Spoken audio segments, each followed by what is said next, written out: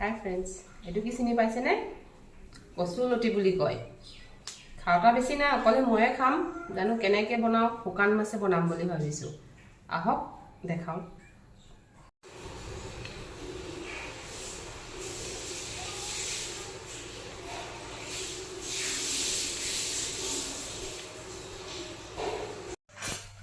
এয়া কেৰাহী এখনত পানী গৰম দিলোঁ, তাতে নিমখ অকণমান দিছোঁ আৰু এই কচু লতিখিনি মই অকণমান দি 5 মিনিটমান বইল কৰি লওঁ।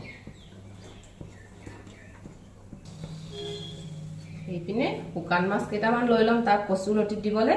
তাতে গৰম পানী দি 5 মিনিটমান মই থৈ দিম এনেকৈ। এইখিনি সিজিলে মই পানীৰ পৰা উঠাই ল'ম।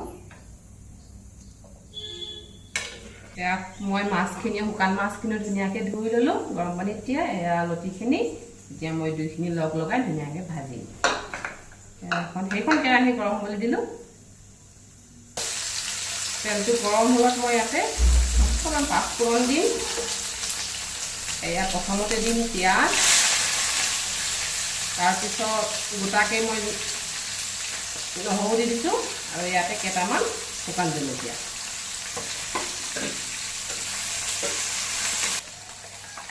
এইখিনি ভাজি হৈ গ'ল, মই ইয়াতে শুকান মাছখিনি দি দিম।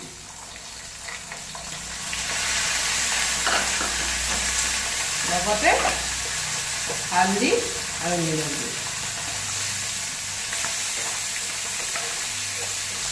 এইখিনি মই বনাই আছোঁ মাছ সৰিয়হৰ জোল। এদিন পিছত দেখাম বাৰু, মই এইখিনি বনাই লৈছোঁ। এদিন পিছত ভালকৈ ভিডিঅ' বনাই দেখাম।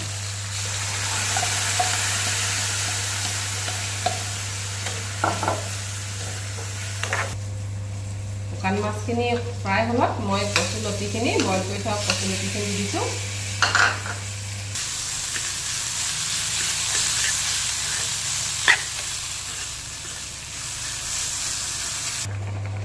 সেই ভাজিখিনি প্ৰায় হৈ গ'ল। মই এতিয়া গোটাকৈ যে নহৰুবোৰ দিছিলোঁ সেইখিনি এটা এটাকৈ ভাঙি দি আছোঁ।